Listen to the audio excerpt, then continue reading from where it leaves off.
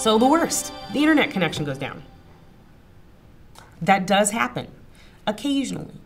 The great thing is you can survive. You can still do business. Your internet connection, the odds are if you don't have one right now, it might be just your connection. You might be able to go to another connection. The odds of the entire internet going down at one time, very, very small. So it's possible that your specific router, your specific location is compromised or down for the day. It's also possible that you have a broken browser. It's also possible that you have some other technical issue. I have said, the internet's not working. My office manager said, did you plug it in? I do this for a living, you think I would know. Power is frequently the answer. If you call tech support of any company, they will say, is it plugged in? And I said, it's plugged in. And they said, okay, plug it back in again. It wasn't perfectly plugged in. Ugh. So power is a consideration, but take into account that it might just be your connection. So before you really rip everything out of the walls, test it outside of your own office. Just check. I have a resource. My sister. I call her and say, can you look at my website? Is it up? And she'll say, yeah, it's running. I say, okay, it's just me. So having somebody outside of your office that can help corroborate information, very useful. Mm-hmm. So if your local power is out, if you have a storm and the power source is gone, what are you going to do? How are you going to function? The act of thinking about this worst case scenario will help you plan for it. The mental action of solving that problem or being aware of it helps you reduce panic mode when it does set in. When you have legacy management, there's also disaster management. So building into your plan what's going to happen should the power go out. What do you do? Especially if you as the owner is off-site. What is your staff going to do when they panic and there's no power? So thinking about what your outside resource is. If you need to go to another location, can you function? Again, this is where having cloud storage and software as a service becomes very useful because it doesn't matter where you are, you can do your business anywhere. Now, what happens if your web host goes out of business and your website is down? Understanding the contact information for your website, understanding how to get in and out.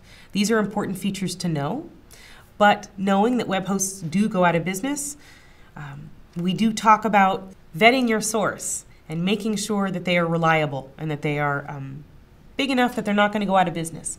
The odds of the services that you're using of completely disappearing, pretty slim. If you're using a very small shop, that's highly possible. So those that are big and have a lot of assets, they will get bought out. Mm-hmm. If you're using a very small organization, yes, your web host may go out of business. They may disappear. So having a backup of your site is very important. Having your own backup of your site is very important because if your web host goes out of business and you have a backup, boom, you can go get a new website, you can upload your information, it's all done. You may be out of communication for 24 hours. Things happen. What's important is that you are able to let your customers know that yes, we are aware that our website is down, which is another reason it's beneficial to have a variety of channels. If you have Twitter, if you have Facebook, you can let them know, and I see that all the time. Our site is down right now, we're working on it. Transparency. Don't need to hide it from me. I can tell something's wrong. Just let me know what's going on, and I'm fine. If your web presence is hacked, think about what happens if somebody takes over your name on Twitter. If before you get to Twitter, somebody has already claimed your name, what are you going to do? Thinking about that, somebody masquerades as you. I have a friend who is a Broadway performer, and her name is not unusual, but what's interesting is that she would go into auditions and they'd give her this funny look. After a while, finally, a casting agent said to her, when we looked you up before you came in, we went to a XXX performer's website. You share the same name as somebody in the sex industry. So again, monitoring your own brand and knowing what's out there, knowing who could have your name is tremendously important, whether they hack it or it's a coincidence. But that was a major issue. Luckily, they look completely different and they were able to figure it out very quickly. But she actually may not have gotten auditions just for that reason. They almost didn't bring her in because of it. So if your site has been hacked, what are you going to do? What's the plan? If your domain name becomes hijacked and sends traffic to another location. Same basic scenario happened to a client of mine recently. As I told you, click on every single link on your website. Make sure those links are still working. I did this for a client, and it took us to a sex industry website. It's a doctor.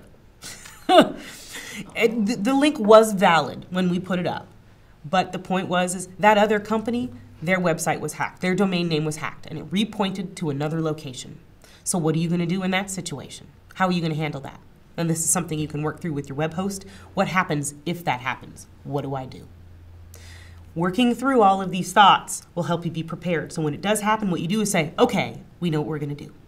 If you write out this plan, put it in with your disaster recovery, with your business plan, your legacy management on how to do your job, especially accounts receivable, accounts payable, administration, the CEO. Everybody should have a job description. And having disaster recovery in there as well will allow anybody on your staff to handle a serious situation. And you really want to make sure that you have a backup of all of your communications. If you use Constant Contact as an example to manage your email list, make sure that email list lives somewhere else. If Constant Contact, if they're hacked, if they're down for 3 days and you don't have your data, make sure you have a backup. I do monthly. I recommend this to my clients. When you do reconciliation of your banking, you do inventory the first of the month, wherever that lands for you. I have on my process list, and recommend this to my clients, do a backup of everything. Put it in a safe place. The services you're using most likely have their own backups. Let's be redundant. Let's have as much as possible. So let's say you lose your power. What do? If your backup is on your computer and you have no power, have it on a flash drive, have it on a CD, save it somewhere else, bring it home, put it in safe. But as long as you can communicate with all of your clients and let them know, we're aware, we're out of power, our website's been hacked, we had a fire. If you have the ability to communicate with all of those people, they're happy. It's providing good customer service. Thinking ahead so that you can continue to do business even in the worst situation.